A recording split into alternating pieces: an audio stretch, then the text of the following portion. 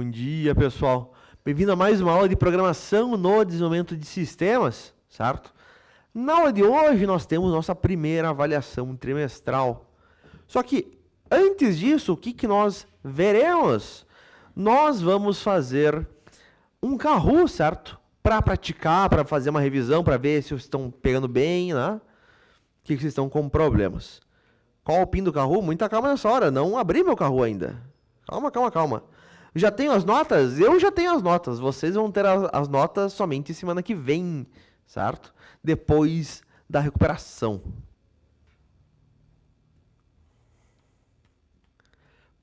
Primeira pergunta. Qual das seguintes afirmações sobre listas em Python é verdadeira? Uma vez criada, uma lista não pode ser alterada. Listas podem armazenar itens de diferentes tipos. Listas só podem guardar textos. Para pegar um item, usamos seu nome. Qual que é a afirmação correta sobre listas em Python?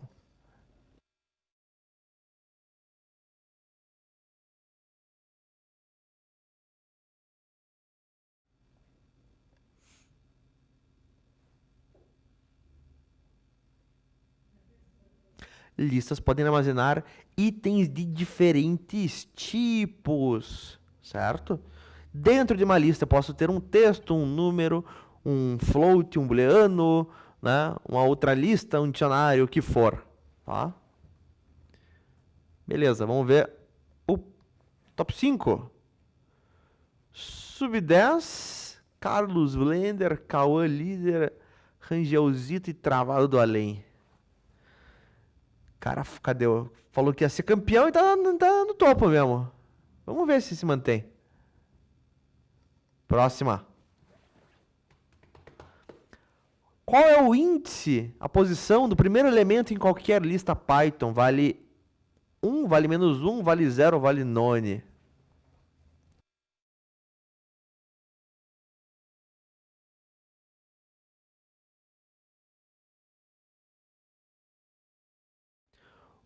Ficamos entre 1 e 0. Lembrem, pessoal, primeira posição na lista, assim como o primeiro caractere de uma string, é 0. Nós começamos a contar em programação a partir de 0, não a partir de 1, tá? Primeiro elemento, índice 0. Segundo elemento, índice 1 e por aí vai, tá? Primeiro 0, então. Ih, só porque falou, já morreu. Saiu do top 5 o sub 10 aí. Cauã líder é líder, correto? Travado além, Ana Nando e o GPG9. Muito bem. Pessoalzinho, antes de a gente continuar, só pra eu saber, que eu perguntei pra outra turma, os caras não me responderam. Vocês estão vendo também as perguntas e respostas no teu computador? Ou não? Calma! Vocês veem as perguntas e respostas também? Ou não? Ou vocês veem só no projetor aí?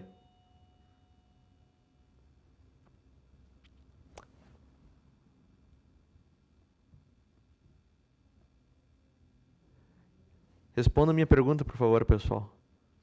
Vocês veem no vosso Kahoot as perguntas e respostas também ou não? Sim? Tá. Porque não era uma opção padrão, tá? Eu tive que ativar esse cara, eu só queria saber se vocês conseguem ler. Perfeito. Próxima. Qual comando é usado para adicionar um único elemento ao final de uma lista? É um comando insert, é um comando add, é um comando append, é um comando push.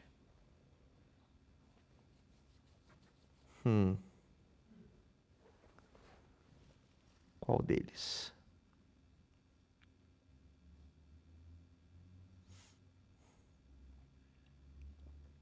É o comando append, perfeito. O append, ele adiciona um elemento que nós passamos para dentro dele ao final da lista. O insert é para inserir em uma posição específica, certo? Comando add não é de lista, não existe.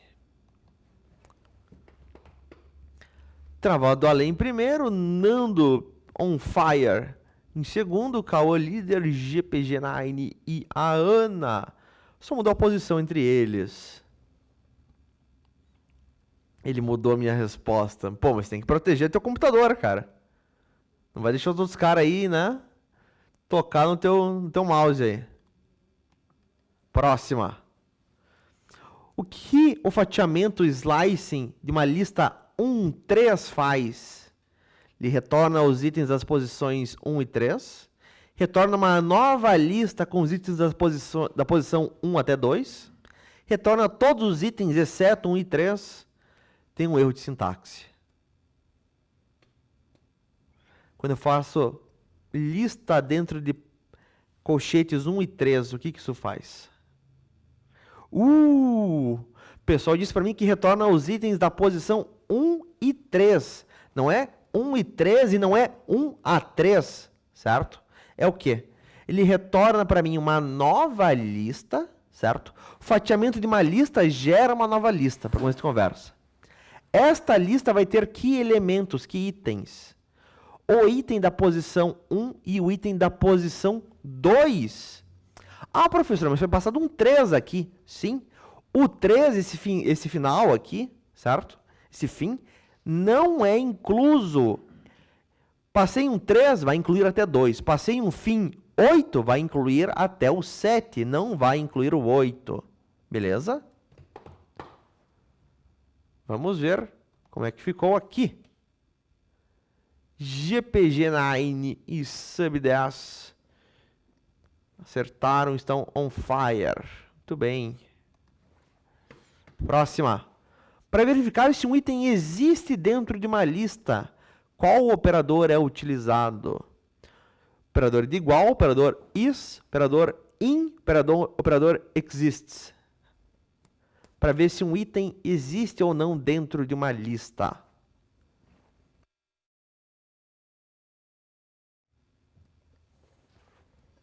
Ah, eu tenho esse 12 dentro de uma lista. Ué, o pessoal desistiu de jogar?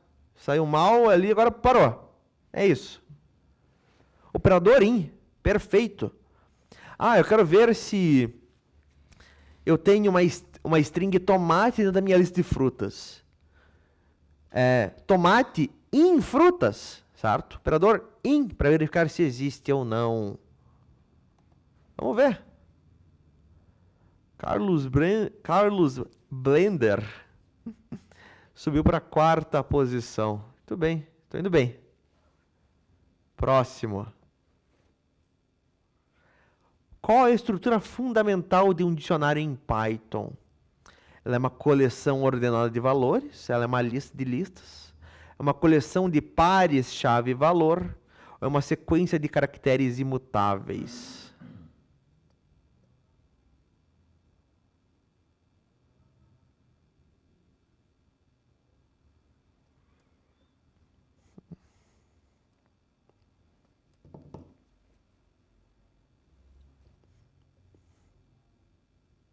Vamos ver.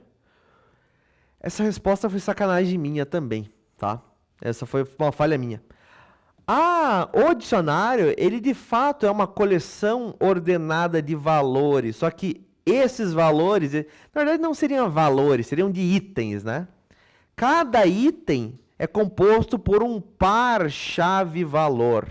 Não é somente o valor, tá? É um par chave e valor. Tecnicamente incorreto esse cara aqui. Vamos ver a pontuação. GPG9 e o Léo entrou também. Boa. Entrou no top 5. Que símbolos são usados para criar um dicionário em Python? Colchetes, parênteses, aspas ou chaves? Como é que eu crio, como é que eu delimito um dicionário?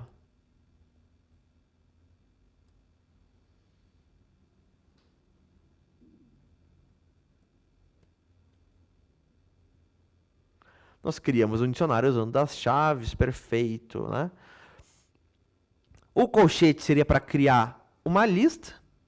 O parênteses para criar uma lista imutável, a chamada tupla. As aspas para criar uma string. Boa, boa, boa.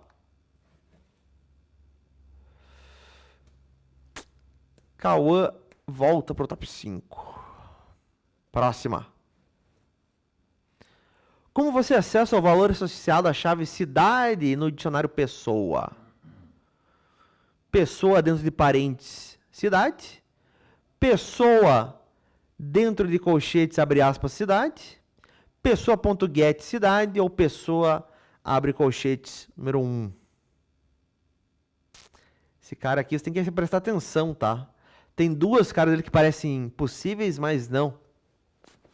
Ninguém colocou o get. O get seria possível de eu acessar o valor associado à chave cidade se eu tivesse passado cidade entre aspas, tá? O correto é entre colchetes, certo? Não é entre parênteses.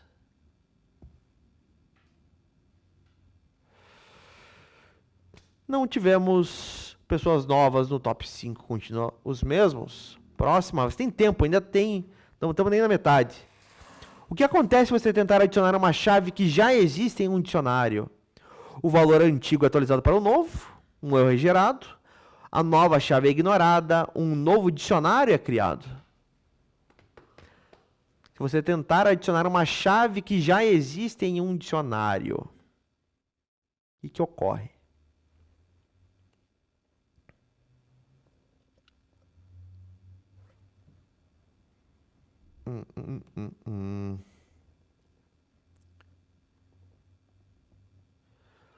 Bem equilibrado o negócio. O correto era que o valor antigo é atualizado pelo novo, certo? Já tenho uma chave no dicionário que eu estou atualizando, certo? Ou que estou tentando adicionar, ele vai atualizar o valor daquela chave. Ah, a chave não existe, então ele vai criar a chave e o valor que você passou para ele, tá? Existe, atualiza, não existe, cria.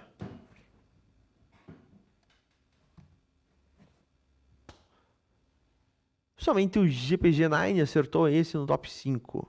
Muito bem. Chegamos na metade. Qual a vantagem de usar um dicionário .get passando uma chave para acessar um valor? É mais rápido que usar colchetes, permite alterar o valor da chave, não gera erro se a chave não existe e funciona apenas com textos. Qual que é a vantagem de fazer um .get em vez de usar colchetes? Porque tem uma vantagem.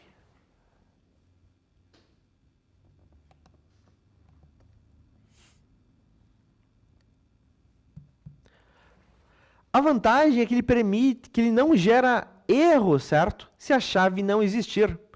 Quando eu acesso um valor num dicionário, colchetes, nome da chave, se ela não existir quando eu uso de colchetes, vai me dar um erro de chave. O get não. Meu dicionário .get, eu passo uma chave que não existe, né? Não existindo, ele vai me retornar um nulo, um none, em vez de dar erro.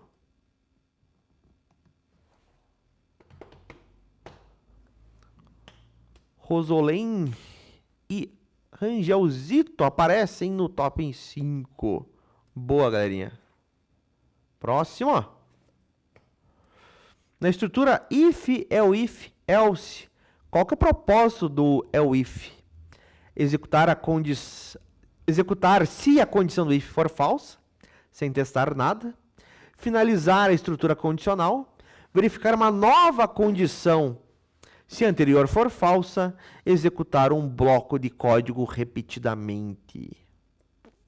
Qual deles será? Qual que é a ideia do elif?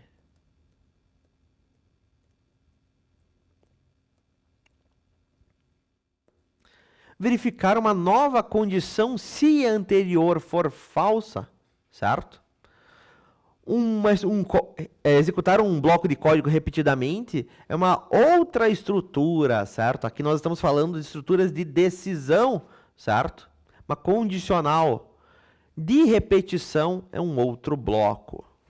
Logo vamos ver qual. Pessoal, top 5 todo mundo acertou, só mudou a posição ali entre o Léo e o Rosolém, perdão, eu não sei pronunciar do seu sobrenome. Próxima. Qual estrutura de controle repete um bloco de código enquanto uma condição for verdadeira? A estrutura if, é um for, é um while, é um def. Qual desses comandos, qual dessas palavras-chave?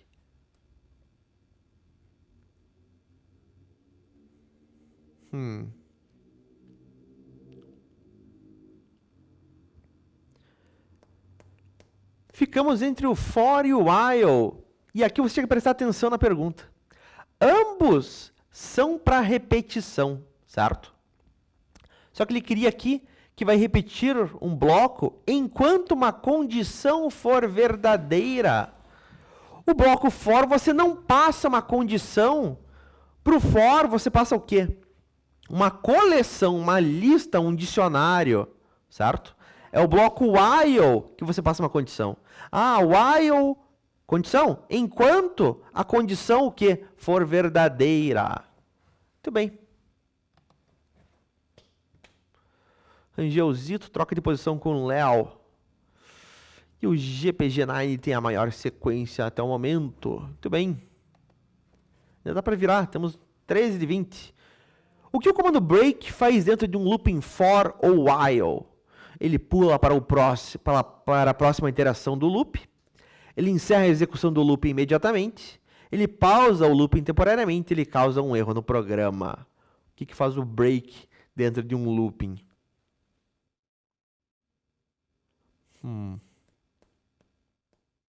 Ele encerra a execução do looping imediatamente, certo? Nós não temos um comando que pause a execução do looping, tá? Nós não vimos, pelo menos. Muito bem.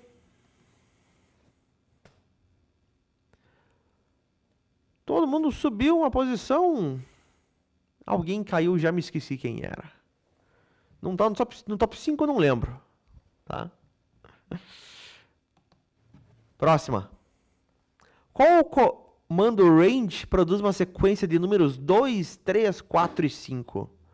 É um range 4? É um range 2,5? É um range 2,6? Ou é um range 5?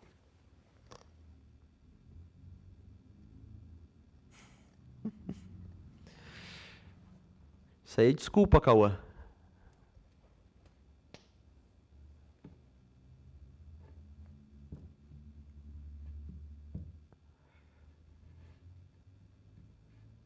Eu quero produzir os números 2, 3, 4 e 5. Quero produzir essa sequência 2, 3, 4 e 5.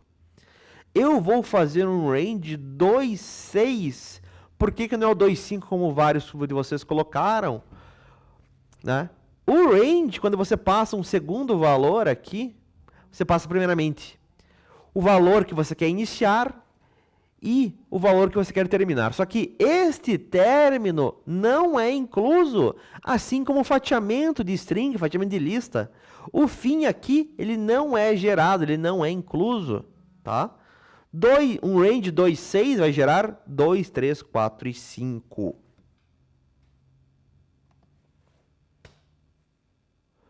Todo o pessoal no top 5 acertou. Perfeito. Próximo. Qual o propósito da indentação, aquele espaçamento após dois pontos em Python? É opcional apenas para organizar. Definir um bloco de código da estrutura. Indicar um comentário. Informar que o comando terminou. O que faz a indentação? Aqueles 4 espaços que nós damos, certo? Por que a gente faz esses 4 espaços às vezes?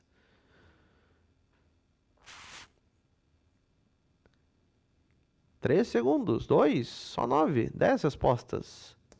É para definir que para definir o bloco de código de uma estrutura, certo? Tem um if. O bloco do meu if, todo ele tem que ter uma indentação, um espaçamento no começo, aqueles 4 espaços, aquele tab, certo? Comentário, galera, a gente faz com hashtag, certo? Próxima. No top 5, somente o GPG e o Rosolen acertaram. Em Python, qual palavra-chave indica a definição de uma função? É function, é def, é new ou é return? Né? Definição de uma função, a criação de uma função.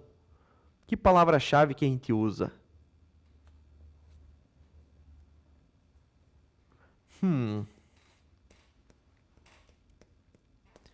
Ficamos entre function e def. A resposta correta é def. Quero criar uma nova função. Def, nome da função, abre e fecha parênteses, passo o parâmetro se eu estiver lá dentro, 2 pontos. O bloco da função também com indentação constante, com aqueles espaços no começo. Tá?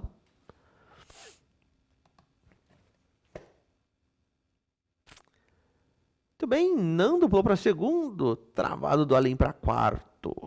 Muito boa, pessoal. Mais um carro depois desse. E a prova, meu caro? Depois da prova, se todo mundo terminar, aí a gente pode pensar em fazer um carro, tá? Só que eu não tenho um carro desse assunto pronto, a gente vai ter que pensar em outra coisa. Qual a principal função da palavra-chave return dentro de uma função?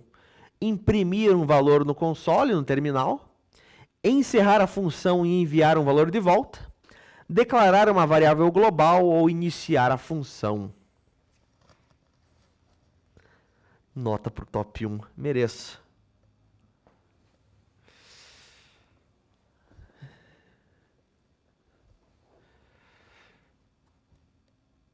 Se ganhar 3 carros seguidos, a gente pode pensar em alguma coisa, mas tem que ser 3 seguidos.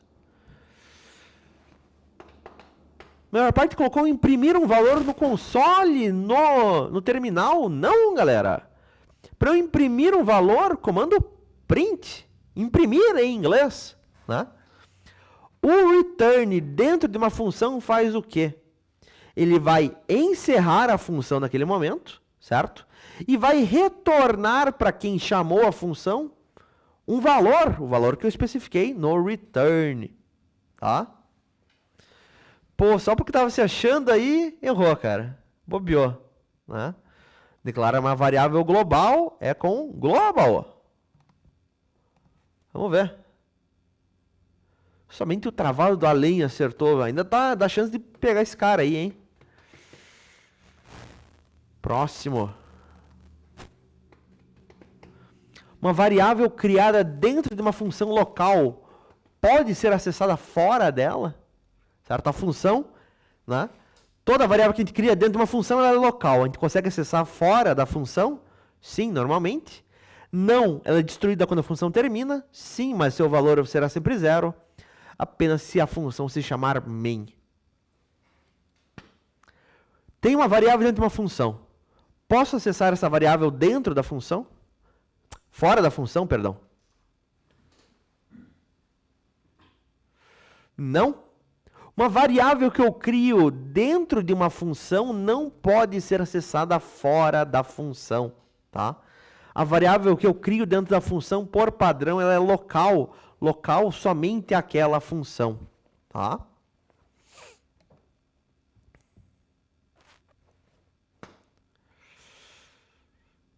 Tudo bem.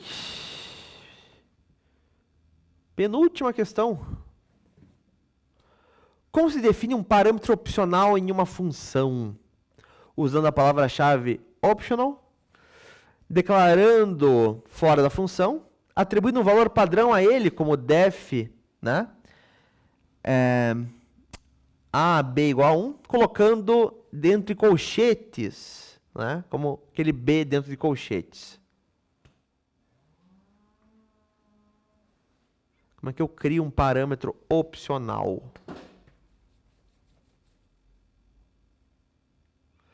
Parâmetro opcional, pessoal, é este exemplo aqui, certo? Eu tenho um parâmetro A, que é obrigatório, vírgula B, que recebe 1, que é igual a 1. Se não for passado um valor para o parâmetro B vai se utilizar daquele 1, ele é opcional. Se você passar um valor, ele vai usar o valor que você passou. Se você não passar um valor para ele, ele vai se utilizar desse 1, no caso. Somente o Rosolém e o Travado Além acertaram. Última questão. O que a palavra-chave global permite fazer dentro de uma função?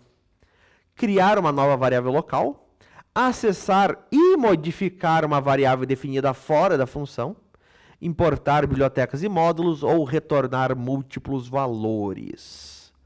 O que faz uma palavra-chave global dentro de uma função?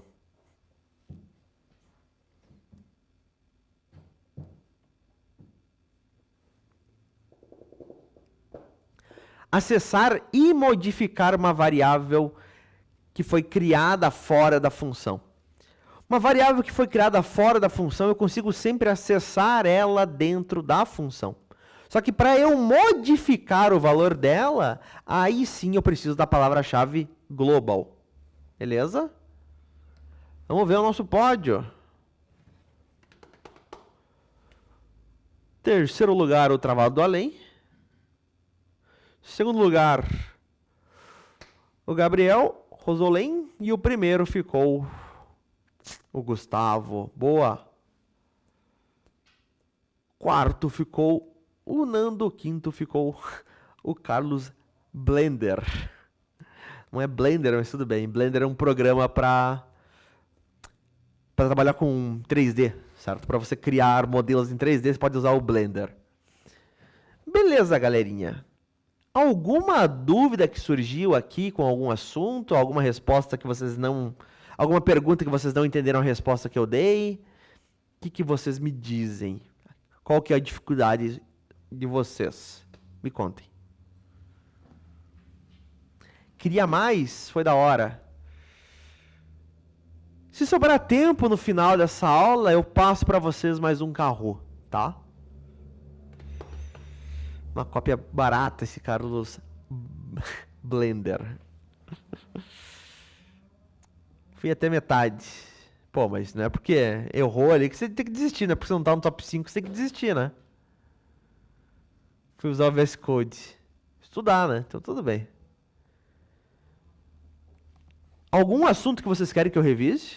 Que vocês tiveram dificuldade no Kahoot, pessoal?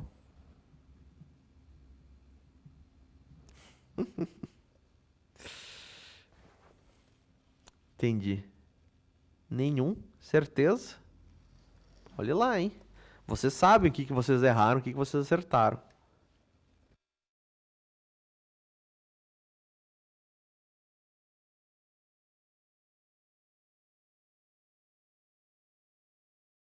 Se não temos dúvidas, e essa é a última oportunidade que eu vou perguntar para vocês, tá? Se ninguém tem dúvida, vamos direto para a prova, exatamente, tá? Deixa eu abrir aqui meu sala de aula. Última chance, ninguém? Então, tudo bem. Cale-se para sempre, então.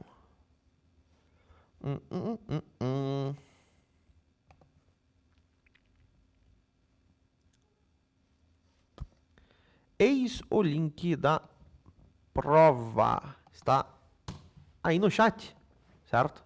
Você faz ele lá pelo seu Classroom. Acesse lá. Está lá em Programação, Desenvolvimento de Sistemas, nossa primeira avaliação. Esta avaliação vale 3 pontos. Semana que vem nós vamos ter uma recuperação dessa avaliação, tá?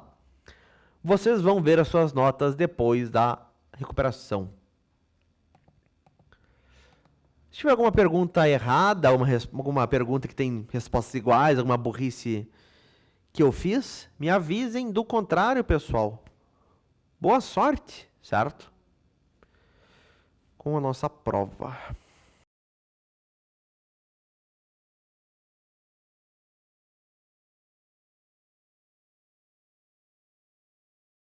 Muito bem, galerinha. Muito bem, muito bem, muito bem. Certo? Galerinha toda, terminou então. Nós ainda temos um bom tempo. Vocês querem mais um carrozinho? Não, vocês não gostam de carro. Isso aí vocês estão só fazendo por sacrifício, né? O pessoal odeia esse negócio. Eu entendo vocês, pessoal. Vocês não gostam, mas vão fazer um sacrifício, né? O que eu tenho de interessante? Eu não tenho o Kahoot do nosso assunto, certo? Eu tenho o Kahoot de assuntos do segundo ano, por exemplo. Tá? Vamos ver se vocês lembram ainda como é que vocês estão.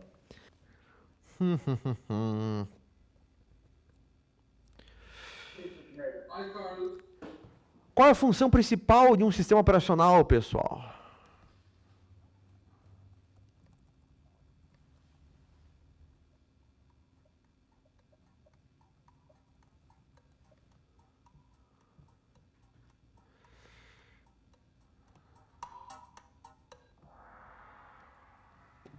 Pô, gerencia todo o hardware e o software.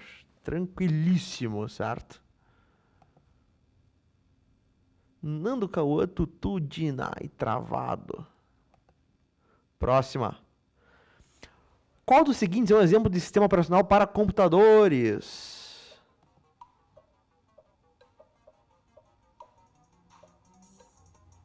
Não consigo trocar o som mais.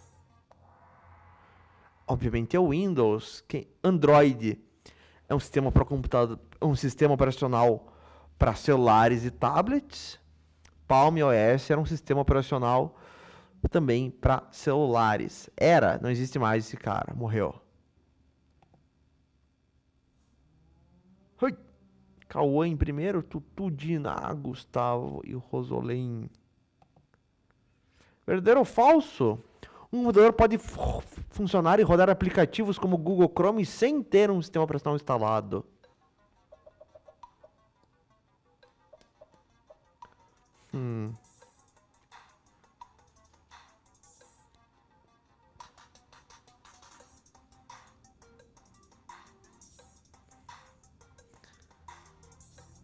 Vamos pular que o pessoal está demorando demais. Falso, certo? Precisamos de um sistema operacional para rodar outras aplicações, certo? As aplicações rodam em cima do sistema operacional. Cauã, Tutu, Gustavo, Rangelzinho, Rosolém. Boa. Capacidade de um sistema operacional rodar vários programas ao mesmo tempo, como ouvir música e navegar na web, é chamado de quê?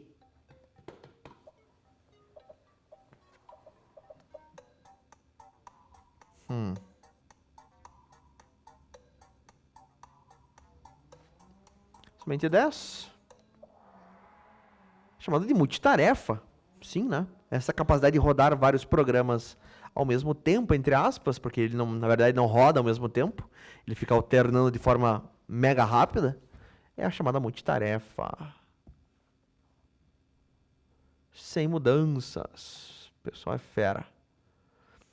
A forma como o sistema operacional organiza e encontra seus arquivos e pastas em um disco, num HD, no SSD, é controlado por quem?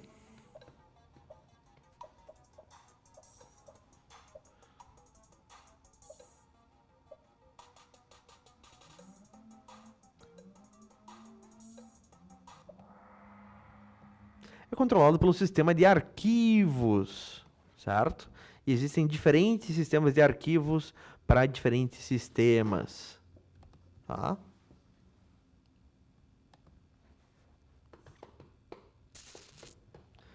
Gustavo tá chegando, vai defender o título aí. Se esperta, Cauã. Próxima. Uma interface com janelas, ícones e menus é controlada por um mouse, é chamada de quê?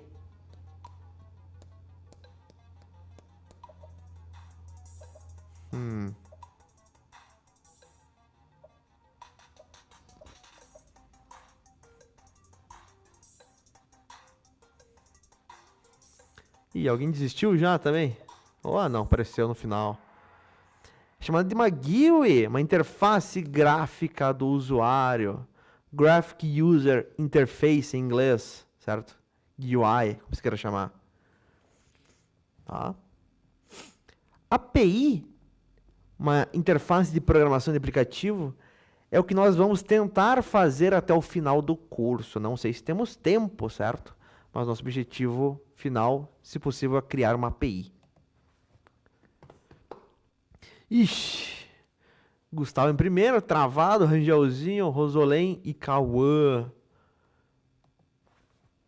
Próxima. O Chrome e um jogo como Fortnite são exemplos de que tipos de software?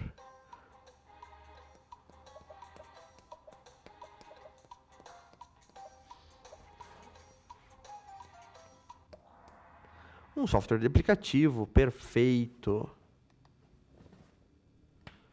Todo mundo acertou em uma mudança. O próprio sistema operacional e drivers da placa de vídeo são exemplos de quê?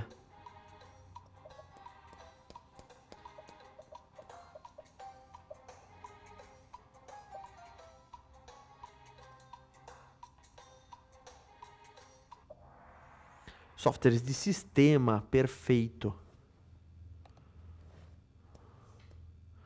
Rangelzinho troca de posição com Travado além. Qual a principal diferença entre software de sistema e software aplicativo? Sistema é sempre pago, aplicativo é sempre grátis. Sistema gerencia o PC, aplicativo executa tarefas para o usuário. Sistema só existe em servidores, aplicativo só em celulares. E o pessoal é muito rápido. Perfeitamente. O pessoal não dá mole. Todo mundo se manteve. Verdadeiro ou falso? Software proprietário como o Office geralmente tem o seu código-fonte fechado e seu uso é restrito por uma licença. Verdadeiro ou falso essa afirmação?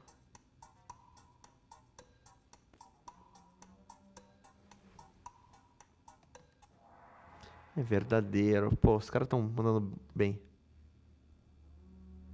Geral se manteve, mas está próximo. Dá pra virar esse negócio ainda. Dá pra mudar tudo.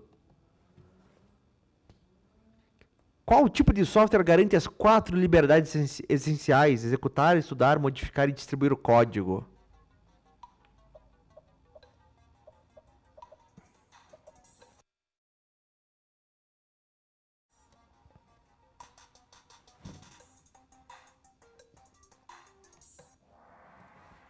É um software do tipo livre, galerinha, certo? Software livre, além de você ter acesso ao código-fonte dele, a como ele foi escrito, certo? Você tem a permissão de modificar ele, de distribuir o código modificado e de executar ele, obviamente, tá? Um software que é apenas de código aberto, você pode estudar, você pode ver como é que ele é. Não necessariamente você pode modificar, distribuir ou executar ele, certo?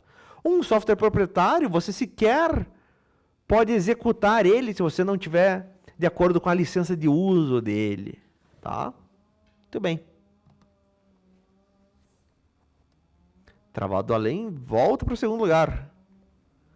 Estão colando um do outro. Vira o monitor pro lado aí, cara. Protege aí o teu Note. Não deixa o cara ver. O sistema operacional Linux é um exemplo famoso de quê?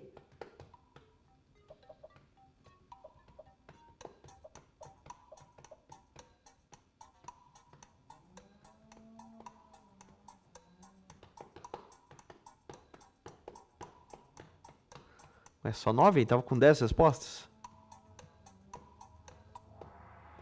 Um software livre de código aberto.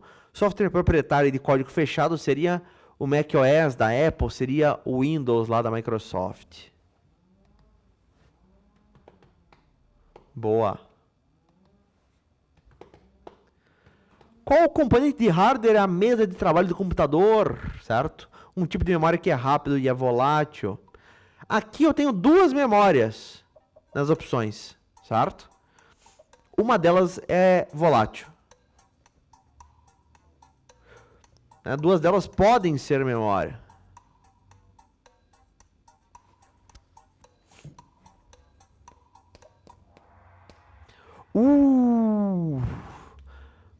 Pessoal foi em SSD. SSD utiliza uma tecnologia chamada de memória flash, certo?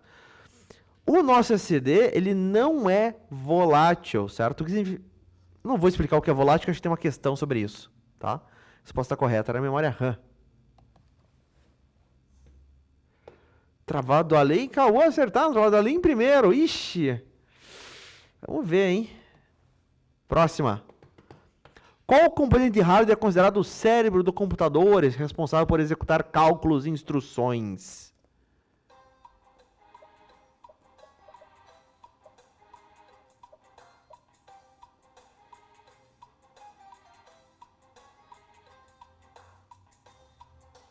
Somente 9? Opa, apareceu um décimo aí.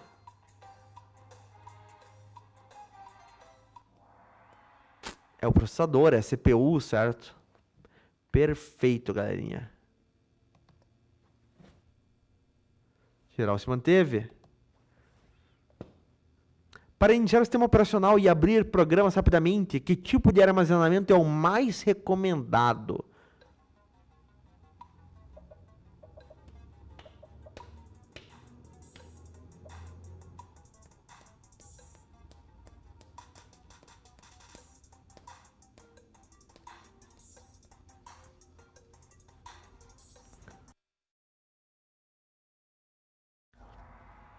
É o SSD, certo? O disco de estado sólido, ele é muito mais rápido do que um HD apenas. Em geral se manteve. Muito bem. Um monitor e uma caixa de som são classificados como quais tipos de periféricos?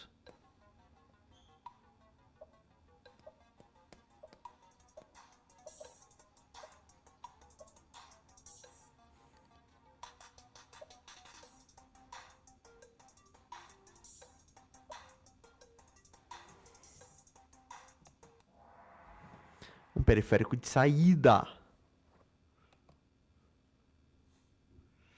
Cauã trocou de posição com o Rosolém. Penúltima. Um microfone é um exemplo claro de...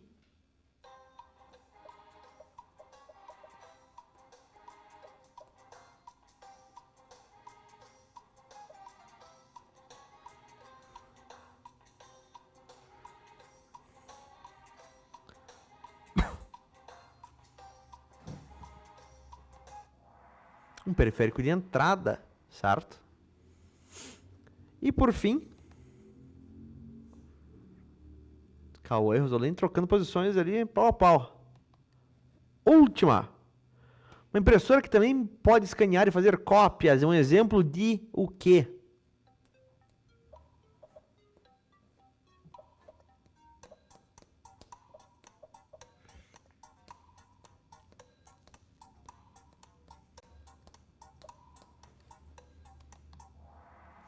Um periférico híbrido, tanto entrada quanto saída, certo? Entrada, nós estamos entrando dados no computador, certo? Vai ser um microfone, vai ser um teclado, vai ser uma webcam, certo? Saída é o computador me exibindo informações, né? Vai ser uma caixa de som, vai ser um monitor, né? Híbrido, ambos, né? Tinha que ser algo mais difícil. Vamos ver se eu tenho alguma coisa mais difícil, então. No pódio, Rangelzinho, Gustavo e, em primeiro lugar, Travado Além. Boa, galera.